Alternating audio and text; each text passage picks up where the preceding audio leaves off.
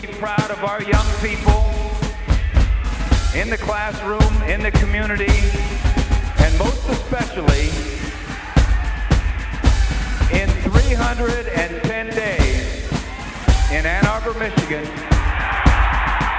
on the football field. And finally, Claret goes in for the winning touchdown in the second overtime, and 31-24 is your final score. So rest easy, Woody. On behalf of our 3,000 volunteers and the families from Frito-Lay and Tostitos, we'd like to present the Tostitos Fiesta Bowl championship trophy to Coach Jim Tressel and the Ohio State Buckeyes.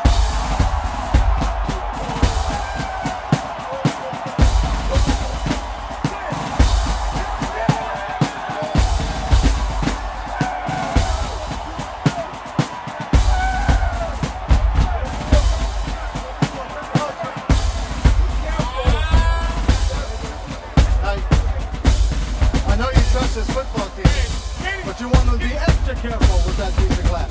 Congratulations on a tremendous victory, and you did it your way. Hard fought in the trenches. I tell you what, we are so proud of these young men. These 13 seniors.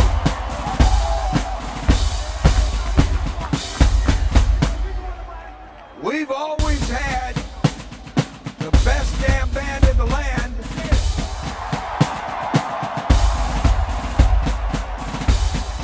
Now we got the best damn team in the land.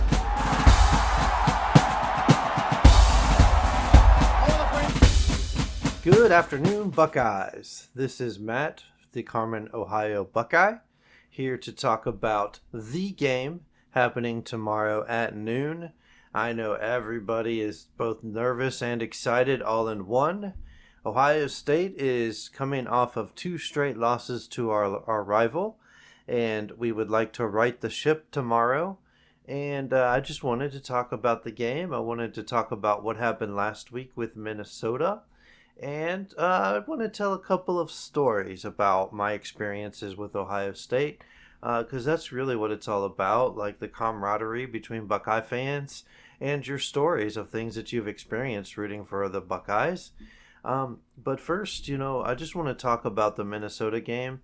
There isn't really a lot to discuss about the game itself. Really, it's just complete domination from start to finish. What's more important to me than anything, I know a lot of people would like us to score over 40 points a game, but our defense is just plain suffocating. And the last few weeks, we've given up 2 field goals. And, it's rather impressive what we've done to stop our opponents. Of course, those teams aren't great teams. But, of course, Trevion Henderson had a game. He ran for that 75-yard touchdown. He's just impossible to stop for Minnesota. Minnesota is a solid team on both front lines. Their defense is about as good as you could expect from a team in the West, not quite Iowa level. So they did try to make it difficult by putting a safety up high to prevent the big plays. Basically bracketing Marvin Harrison Jr.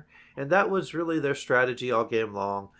They knew they weren't going to beat us, so they wanted to make us earn every yard. And, quite frankly, that's a good defensive strategy against most teams. Ohio State is not going to allow that to beat them, though. And, of course, what really sparked them, again, was their defense and what their defense did. So, watching that game, you could tell that Ohio State was coasting a little bit because, it's just about staying healthy and getting to the next game. We have one main player that is out for the game coming up this week, and that one player will be Lathan Ransom. We will be getting Tommy Eichenberg back, which is a huge thing to know because as far as like stopping the run game, Tommy Eichenberg is our leader on defense. He's like our quarterback on defense. Tommy Eichenberg means a great deal to our team. He's an experienced player, and he wants nothing more than to win this week. So we did not get to see him against Minnesota. He is a dominating player. But, our players did well, and I especially want to mention Sonny Styles. Sonny Styles is the perfect player for Michigan.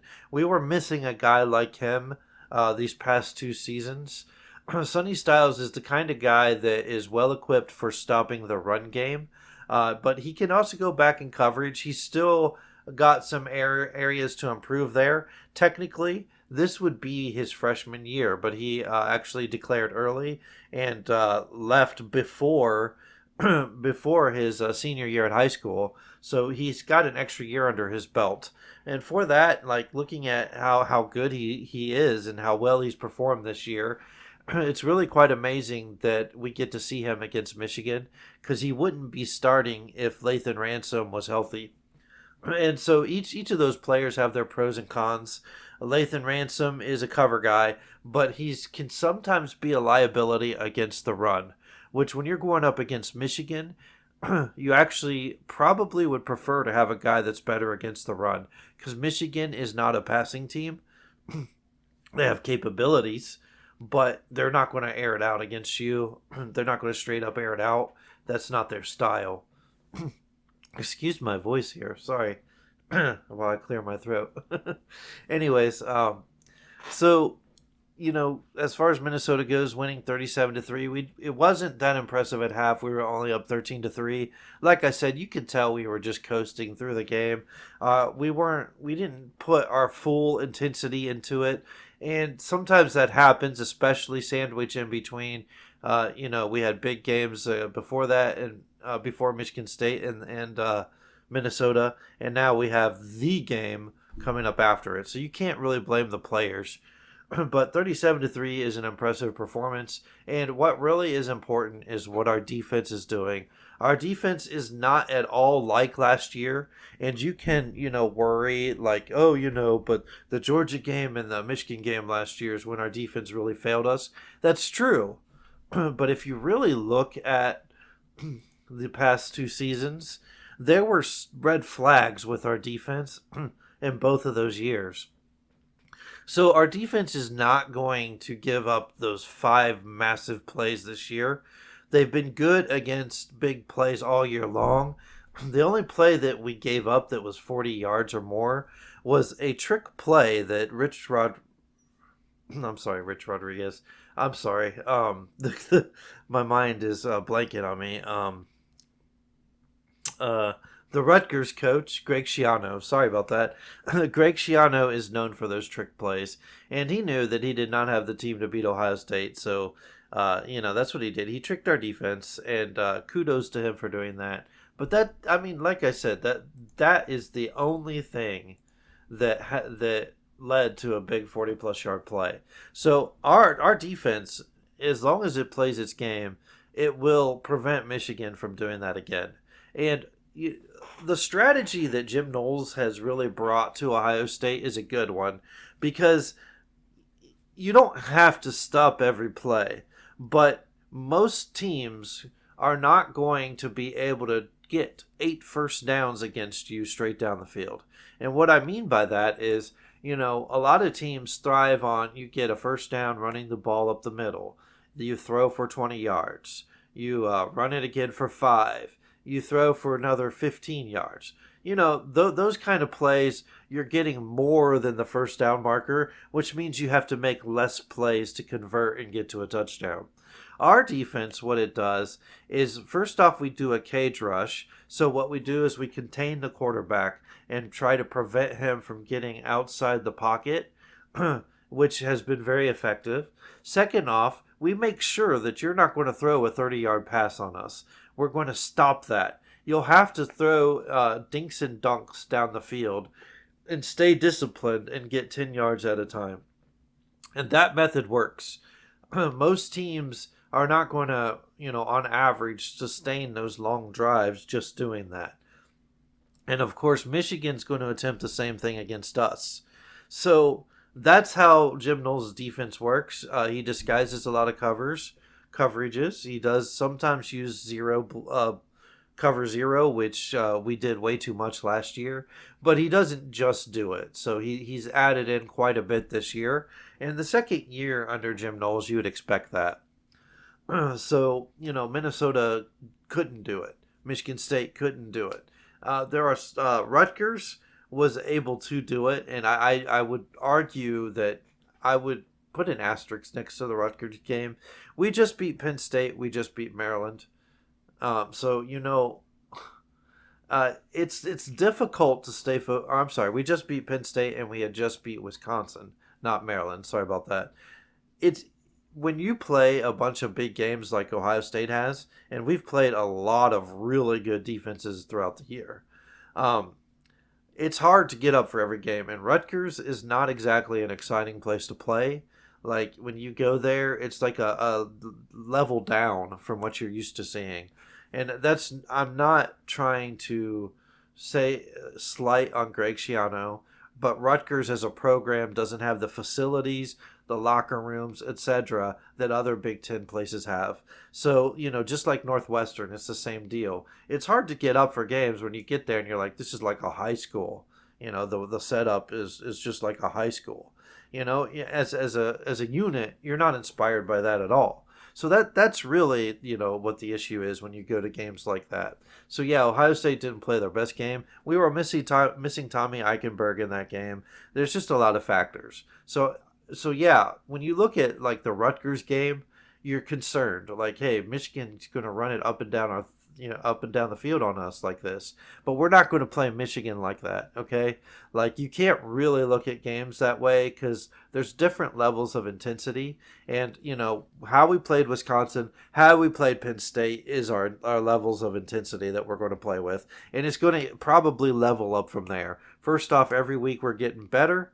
And second off, it's Michigan. You don't need a coach's inspiring speech to get up for Michigan. I'm sorry. Anyways, so, I'm really impressed with our defense. Josh Proctor is amazing this year. And, you want to talk about a story. Josh Proctor got kicked off the field last year after giving up one big play. And, he's like, you're not coming back on the field till you stay disciplined and follow my strategy. Jim Knowles is like that, and I like that about him. So what does Josh Proctor do? He works all off season, and he has played lights out this year. I'm talking about he went from a nobody that probably had no future to definitely getting drafted and put in the NFL next year. And that's a huge story for the kid, so I'm happy for him. Okay. But I just wanted to tell a few stories before I get into our game against Michigan. Just a transition to what I'm really here to talk about.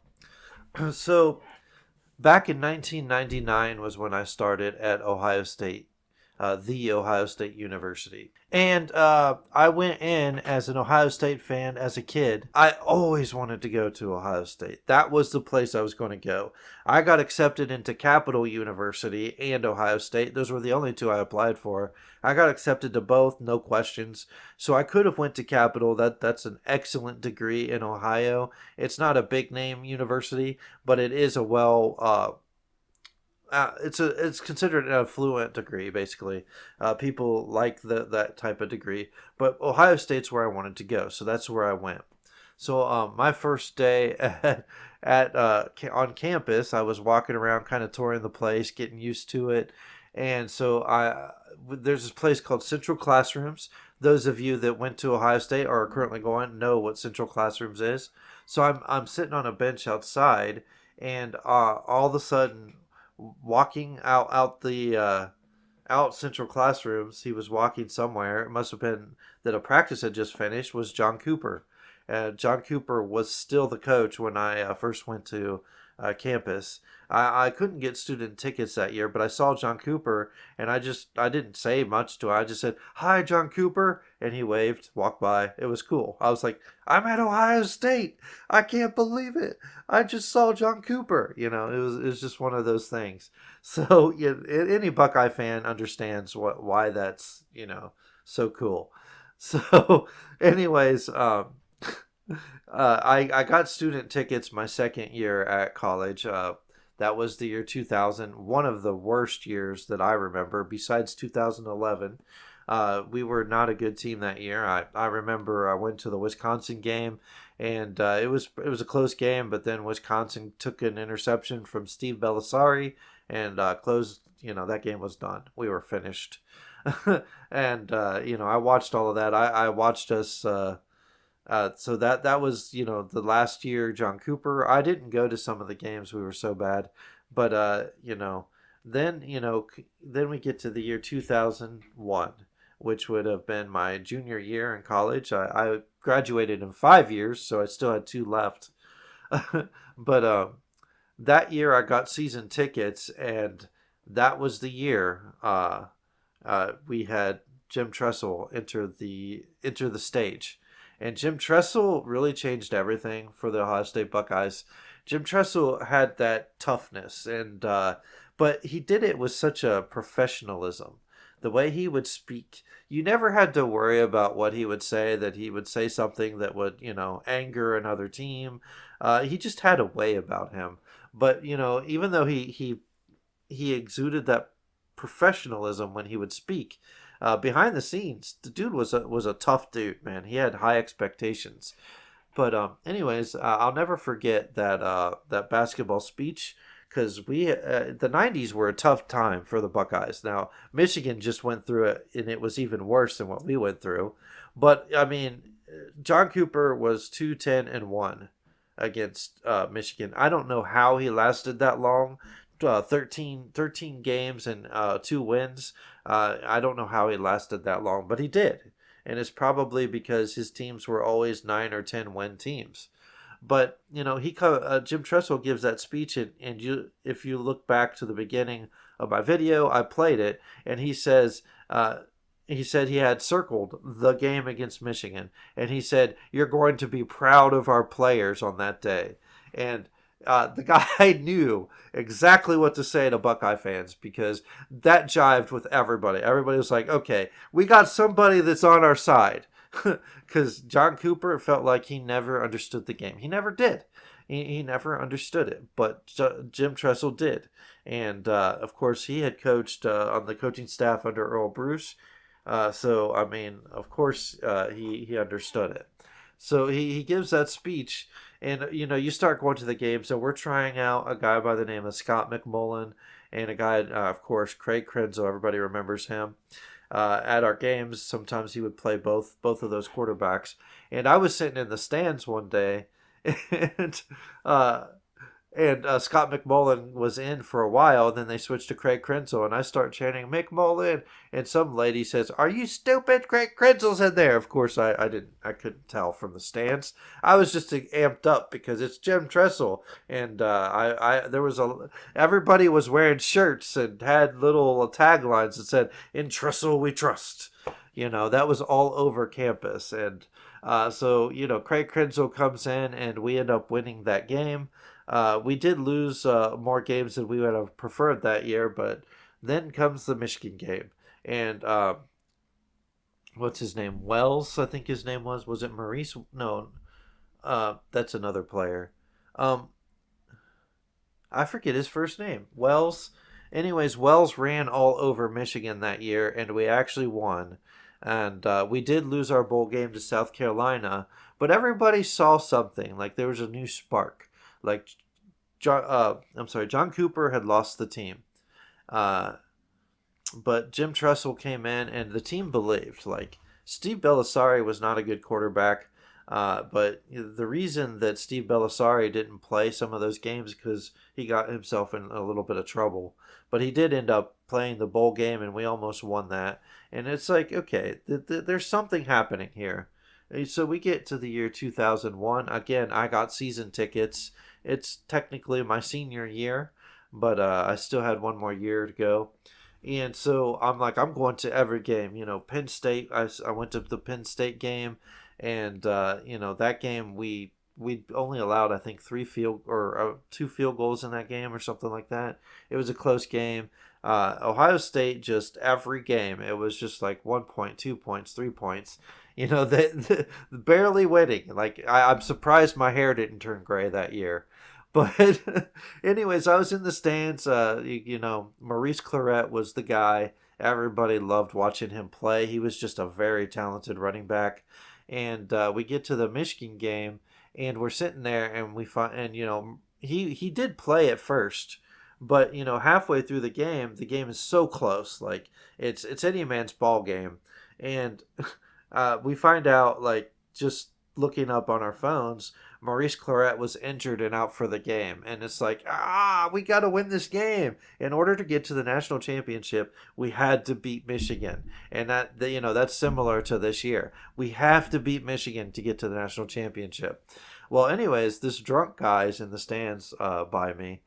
And, we're all cheering. Ohio State got a long run from, his name was Maurice Hall. And we actually got a touchdown. And we got a touchdown. But the drunk guy turns around to me and says, we got a touchdown, but where's Maurice Clarett? Where's Maurice Clarett? And he just kept saying that all game long. Where's Maurice Clarett? And I'm like, I think he's injured. He's like, oh no Maurice Clarett. And so that drunk guy was cracking me up that day. Anyways, we get to my favorite thing that happened in the season. John Navarre snaps the ball. If Michigan can score, they will take the lead and win the game as time runs out. So he drops back, he throws a deep pass. Everybody in the stands holds their breath. And then all of a sudden comes Will Allen, my man Will Allen. I absolutely loved Will Allen. He was always in the right place at the right time. And he intercepts that ball, and the horseshoe goes berserk. We won the game. That play won the game for us. And all of a sudden, that drunk dude that kept saying, where's Maurice Clarett, turns around and hugs me in the stands. And we're just, who cares, right? Who cares? We just won the game. So we're jumping up and down. We're going to the Natty. And everybody had these hats that said Tostitos on it, because it was the Tostitos Fiesta Bowl. But we're all jumping. The crowd goes wild, and Ohio State gets in the national championship. I'll never forget that experience. Ohio State, Michigan. It's just a different thing. It's just a different vibe. The teams, the atmosphere, until you experience it, you don't understand it. And that's just the truth. But anyways, just, to wrap up this video, I just wanted to talk a little bit about the matchup that we have all year long. All year long, the people in the media, Michigan fans, everybody has assumed that Ohio State's losing to Michigan this year. It's been a long time since I've had that kind of vibe from everybody, or I've heard that kind of vibe from everybody. It's just assumed now that Ohio State's going to lose to Michigan. And I just want to say, this team is different. Okay, the only times that Ohio State's lost to Michigan since Jim Tressel took over in 2001 were the times that our defense was bad.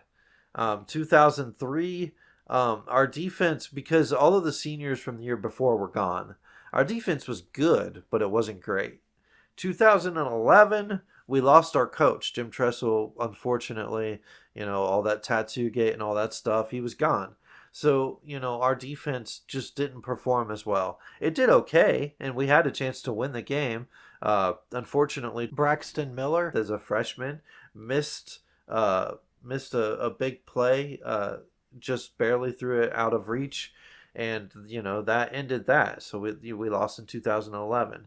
And then, of course, 2021, we didn't have a defensive coordinator. Now, we had a defensive coordinator in name, but face it, Matt Barnes was not ready. Because, being a defensive coordinator or a head coach at Memphis, like he is now, he's the head coach there, and being a defensive coordinator at Ohio State are two very different things. Very different things. And Matt Barnes didn't come into the season as the defensive coordinator. Kerry Coombs did. So, we lacked adjustments. The guys did not know what they were supposed to do, where they were supposed to be. They didn't know these things. They were out of position constantly. There was no discipline. So we did not have a defensive coordinator. And that's no slight on Kerry Coombs, who is an excellent defensive backs coach. But unfortunately, the job was just too big for him. and neither of those guys were ready, so they had to move on. So Kerry Coombs is gone, and then we bring in Jim Knowles. Now last year, we had the discipline and we had the teaching, but we didn't have the dogs. Okay, and that again, I'm not trying to slide on those players that left, but out of those 5 players that were playing regularly on defense last year, none of them got drafted in the NFL draft. They weren't the dogs. And again, like, it's just the truth. And at Ohio State, you got to be the dogs. If you're not the dogs, you shouldn't play here. And that's not to be mean, but and I'm not going to name these players by name because I know they gave their best effort. It just didn't work. But because we didn't have the dogs, we gave up big plays. And one of those players actually did correct himself and has played much better, but he won't be in this game, and that's Lathan Ransom. I'm going to mention his name because he turned it around this year. But unfortunately, the other players did not. And a lot of those big plays happened because they were out of position. So, and the thing that I kept trying to explain to Ohio State fans, it takes 3 years to really implement a new system in football. The first year, you're implementing it, but you might not have the players that you would draft for that style. So you have to use what you've got in the best way that you can. This is the second year. Our guys that came off the bench, and we brought in Igbinosun from Ole Miss, they really get the system. And even saying that, though, they're still not quite to the spot that you want them to be. They're not quite there. So there's still improvement. But at the same time, we limit big plays, and our defense is ranked 4th in the country for a reason.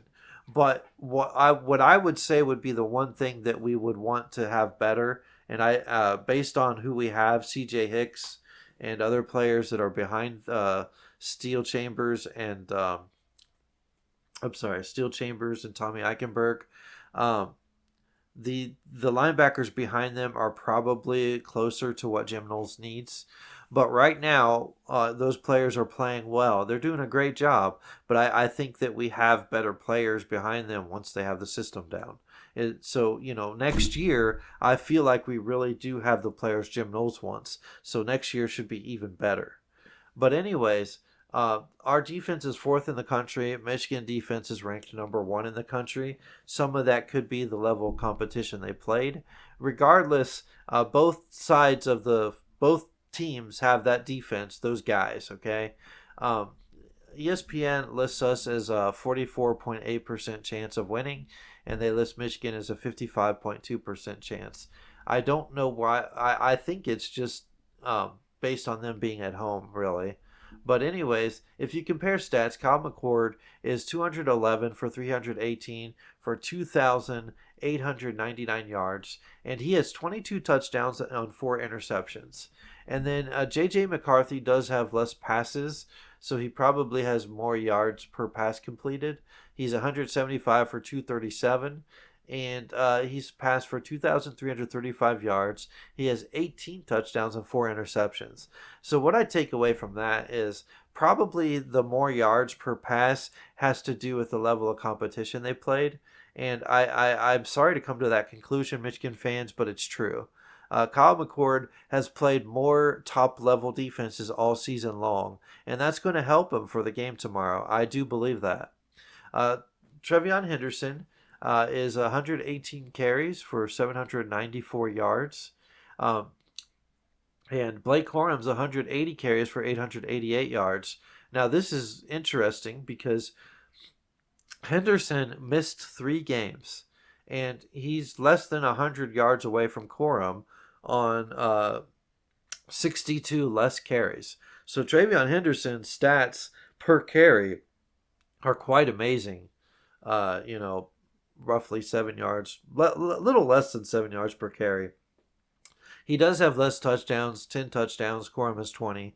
So that's one stat that they've done better at, which means probably that Blake Corum's really good for short yardage. I would say Chip Trayanum might be a little better for short yardage carries than Trevion Henderson, but we'll see tomorrow.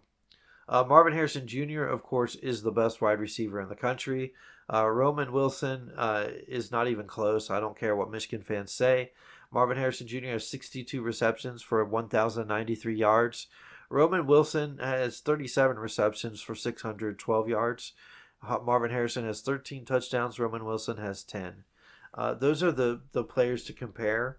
But what wins tomorrow is not what wins tomorrow, the skill players do make a difference, and we have a huge advantage on skill players. I don't care what anybody says. Sure, I read Marvin Harrison Jr.'s stats. Okay, I get it, but it's not just him. We have Emeka Egbuka. We have Carnell Tate. We have Cade Stover. And I call him the X Factor because his name's Xavier Johnson. He's the X Factor, and he presents a huge problem for coverage when you have those players on the field. You've got to worry about Marvin Harrison Jr., Emeka Egbuka, and Cade Stover, and then all of a sudden here comes Xavier Johnson up the middle. Boom. Big pass to him. We get a first down. It happens every year in big games, and I would say look for Xavier Johnson if you're looking for like a bet tomorrow. I'm sure his stats will be kind of low because he doesn't, jump out as far as like the eye. Look for him to do well tomorrow. So Michigan does not have those skill players we do. They have a very solid defense that will make us earn every yard, and sometimes that's tough to put drives together on. But what really wins the game besides the skill players is the front lines. Our front line has had its ups and downs this season. It is heads and tails better than it was last year at this time. Okay? It is way better. Not last year. I'm sorry. At the beginning of the season. I apologize to those players who graduate. It is way better than it was at the beginning of this season. Okay? And shout out to Simmons. Everybody said, well, why are we bringing in Simmons? Why are we bringing him in? He's, he had the most penalties in the nation. Okay. He had the most penalties, false start penalties last year when he was with San Diego State. But Simmons has really done a great job. He's a consistent blocker. When we get pressure, it's usually not because of him. So, that makes me quite proud. But, when you look over everything, that's where it's won up front. Now, their defense, I would say, is better. Their defensive line is better than our offensive line. And that's just truth. So we're going to have to hold on to our blocks. And Kyle McCord might have to get rid of the ball a little quicker than he would like. So we'll have to pay attention. We'll see if they put Carson Hintzman in. I had mentioned last week that we were trying out Matt Jones at center. So we'll see. Are they going to put in Carson Hintzman? Or are they going to bench him, give him another offseason to get better, and then start him next year? I don't know. But Matt Jones is our best blocker by far. So him at the center position might be a better choice because those defensive tackles of Michigan are really good. So I don't know what we're going to do, but we'll see. We'll see. But I think that they will first try out Carson Hintzman to see how he does. And if he struggles, they'll probably bring Matt Jones in. So we'll have to pay attention to that because the trenches are very important, and Michigan is good at the trenches. But then you go to the other side of the ball. You compare our defensive line to their offensive line, and I realize that they won the Jim Mora Award 2 years in a row. We have a decided advantage over their offensive line tomorrow. And it's not even close. And I promise you, it sounds crazy, but we do. And this is where I believe we will win the game tomorrow. This is what's most important. Because JT and Jack Sawyer are better than the guys that are in front of them. Now, the middle part of their offensive line, it's good. But when you compare Tyleik Williams and Michael Hall Jr., which Michael Hall Jr. is cleared to play as far as we know, that does not mean he'll line up because but even our backups have done well too. So, regardless of who lines up, whether it's like Hero Canoe or, some of the other young guys, we have a decided advantage there. And we can take advantage of this. We can stop their running game because we can beat those guys in front of us. I would say that it's a decided advantage like it was against Penn State. Of course, Blake Corum strikes fear in your hearts if you remember the last 2 years. Or, I'm sorry, last year. And he did play a little bit the year before, but he wasn't the feature guy. But we have a decided advantage on that line. And our defense is a big deal. Our defense can win games for us by itself. So, we just need our offense to do what it's been doing all year long. But, our defense can win by itself. I have full confidence in that. So what's my take going over all of this information? Obviously, it's the game. Michigan's at home. A lot can happen when you go on the road. The crowd will be on their side.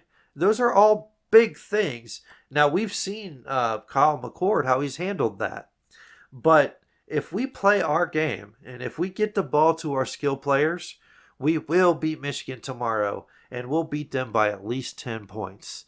So what is my prediction? The most we've given up all season is 17 points. No one scored more. I believe Ohio State wins tomorrow 27-17. I may be wrong, but that's my prediction. All right, guys, anybody that listens to this, why don't you share your predictions with me? Why don't you tell me what you think? Do you think Ohio State wins big? Do you think that Michigan's a little too much for us to handle? What do you think about those matchups?